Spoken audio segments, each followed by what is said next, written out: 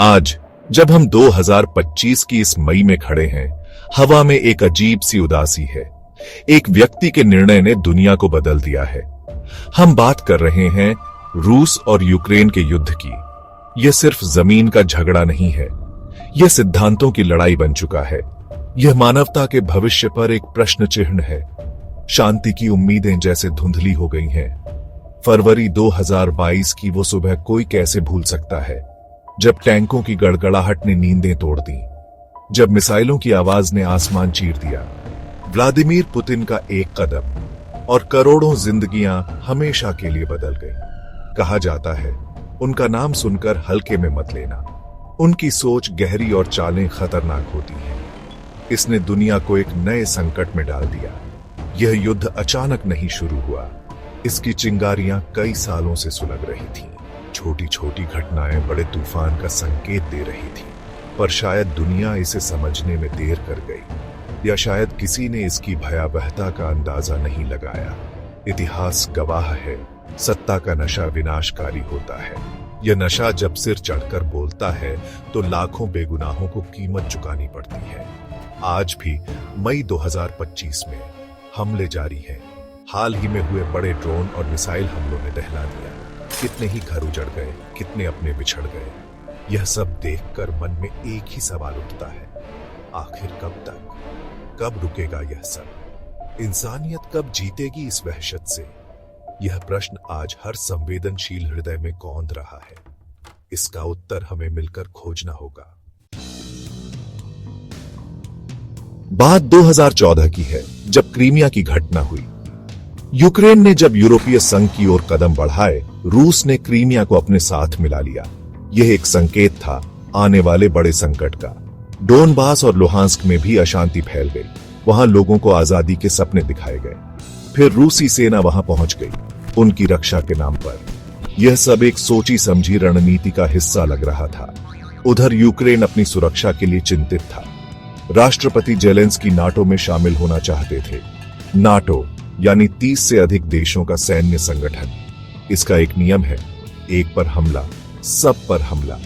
Ukraine को लगा NATO उसकी ढाल बनेगा। यह उसकी अपनी धरती को बचाने की कोशिश थी। हर देश को अपनी सुरक्षा का अधिकार है, यह एक स्वाभाविक इच्छा थी। खतरे को देखते हुए रूस को यह मंजूर नहीं था। उसे नाटो का अपनी सीमाओं तक पहुंचना खतरे जैसा लगा। उसे लगा कि अमेरिकी ठिकाने मॉस्को के करीब आ जाएंगे। उसने यूक्रेन को बार बार चेतावनी दी, लेकिन यूक्रेन अपनी संप्रभुता पर अड़ा रहा।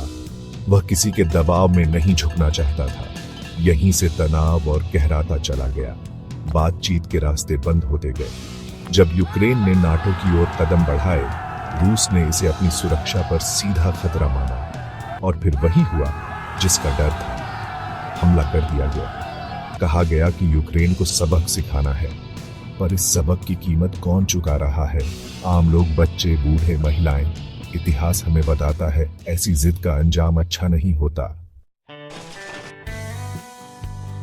युद्ध शुरू हुआ तो दुनिया सन्न रह गई। किसी ने सोचा नहीं था कि यूक्रेन इतनी दृढ़ता दिखाएगा। छोटे से देश ने विशालकाय ताकत का सामना किया। शहरों पर बम गिरे, इमारतें खंडहर बनी, लाखों लोग बेघर हुए, पड़ोसी देशों में शरण ली। पर यूक्रेन का हौसला नहीं टूटा। उनके राष्ट्रपति जेलेंस्की अडिग रहे, देश नहीं छोड़ा। उन्होंने दुनिया से मदद की गुहार लगाई और लड़ते रहे। यूक्रेन के आम नागरिक सैनिक बन गए। किसी ने हथियार उठाए, किसी ने घायलों की सेवा की। बच्चों ने बंकरों में राष्ट्रगान गाए, कलाकारों ने अपनी कला से प्रतिरोध जताया। यह सिर्फ सेना की लड़ाई नहीं थी, यह पूरे देश की, अपनी आजादी की लड़ाई बन गई। उनका जज्बा देखकर दुनिया हैरान थी। ये मिट्टी से मोहब्बत की सच्ची कहानी है। अंतर्राष्ट्रीय समुदाय ने रूस की निंदा की। कई देशों ने यूक्रेन की मदद के लिए हाथ बढ़ाए। आर्थिक प्रतिबंध लगाए गए, हथियार भेजे गए। लेकिन जमीन पर लड़ाई तो यूक्रेन के लोग ही लड़ रहे थे। वे अपने घरों के लिए, अपने भविष्य के लिए लड़ रहे थे। उनकी आंखों में डर था, पर उससे ज्यादा हिम्मत थी। वे जानते थे कि अगर आज नहीं लड़े तो शायद कल उनका अपना नहीं होगा। आज भी इतने महीनों और सालों बाद यूक्रेन का संघर्ष जारी है।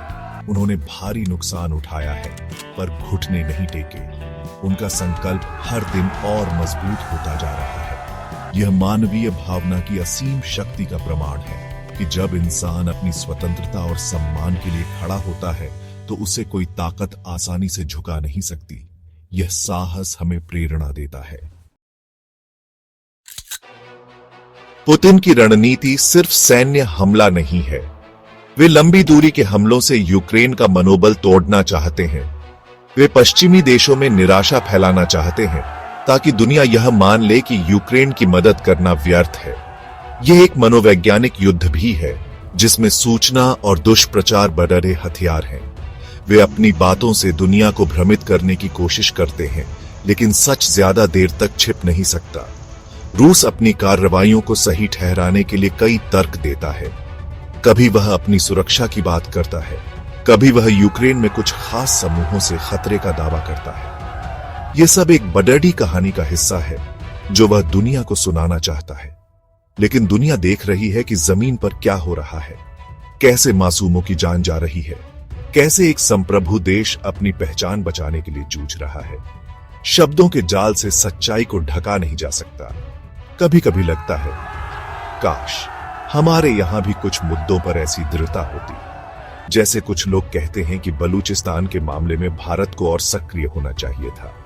याद आती है इंदिरा गांधी जी की, जिनके फैसलों में एक गजब का साहस था। नेतृत्व का अर्थ ही है कठिन समय में सही और साहसिक निर्णय लेना। यह किसी एक व्यक्ति की आलोचना नहीं है, बल्कि एक सोच है कि देश हित में कभी कभी कड़ी कदम उठाने पड़ी देते हैं। डर या संकोच से बात नहीं बनती। ये बात हर नेता को समझनी चाहिए।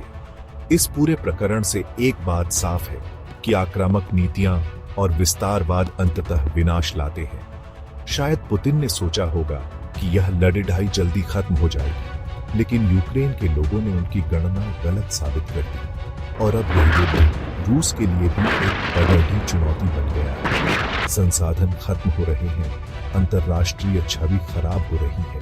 इतिहास गवाह है, जुल्म की उम्र लंबी नहीं होती। देर सवेर सच्चाई और न्याय की ही जीत होती है। इतनी तबाही और निराशा के बीच भी आशा की एक किरण हमेशा मौजूद रहती है। मानव का मन अद्भुत है, वह हार नहीं मानता। यूक्रेन के लोग इसका सबसे बड़ा उदाहरण हैं। उनके साहस ने दुनिया को दिखाया है कि स्वतंत्रता का मोल क्या होता है। वे सिर्फ अपनी जमीन नहीं, बल्कि अपने सपने बचा रहे हैं। उनका यह संघर्ष व्यर्थ नहीं जाएगा। उनकी पीढ़ा एक दिन रंग लाएगी। इस मुश्किल घड़ी में दुनिया का यूक्रेन के साथ खड़ीढ़ा होना जरूरी है। यह सिर्फ एक देश की मदद नहीं, बल्कि सिद्धांतों की रक्षा है। अन्याय के खिलाफ आवाज उठाना हमारा कर्तव्य है, क्योंकि आज जो यूक्रेन के साथ हो रहा है, कल वह किसी और के साथ भी हो सकता है। एकजुटता में ही शक्ति है, इसी से शांति का मार्ग प्रशस्त होगा। हमें नफरत को प्यार से जीतना होगा और हिंसा का जवाब शांति की स्थापना से देना होगा। हम सभी एक बेहतर दुनिया का सपना देखते हैं, एक ऐसी दुनिया जहां बच्चे युद्ध के साए में बड़ी टेढ़े न हो, जहां लोग डर में नहीं आजादी से जी सकें। यूक्रेन की लड़ाई भी इसी सपने का हिस्सा है। उन्हें न्याय मिलना चाहिए, उनकी धरती पर अमन लौटना चाहिए। यह सिर्फ उनकी नहीं, हम सबकी जिम्मेदारी है। शांति की स्थापना के लिए हर प्रयास महत्वपूर्ण है, हर आवाज मायने रखती है। अंत में यह मानवीय भावना की शक्ति है जो विजयी होगी। अंधेरा कितना भी घना हो, सुबह जरूर होती है। यूक्रेन का संकल्प, उनका बलिदान प्रेरणा देता रहेगा। यह हमें याद दिलाता है कि एकता में कितनी ताकत है, और जब लोग अपने हितों के लिए खड़ीड़े होते हैं तो इतिहास बदल जाता है। आइए हम सब मिलकर शांति के लिए प्रार्थना करें और उम्मीद करें कि यह युद्ध जल्द खत्म हो, मानवता की जीत हो।